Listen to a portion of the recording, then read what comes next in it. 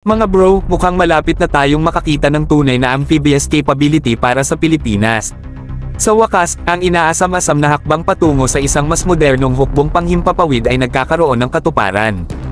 Ito ay isang matalino at praktikal na investment na magpapalakas ng ating operational range at versatility sa parehong himpapawid at karagatan.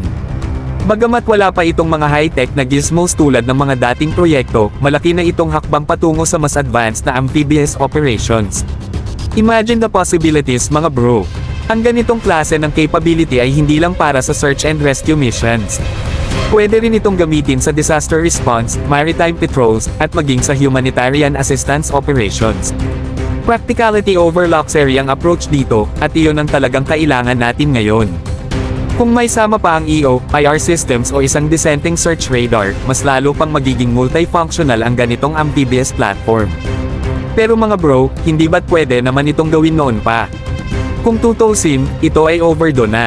Pero tulad ng kasabihan, better late than never, di ba? Mas mainam na ngayon na ini-invest na natin ito kaysa manatiling nangangarap lang.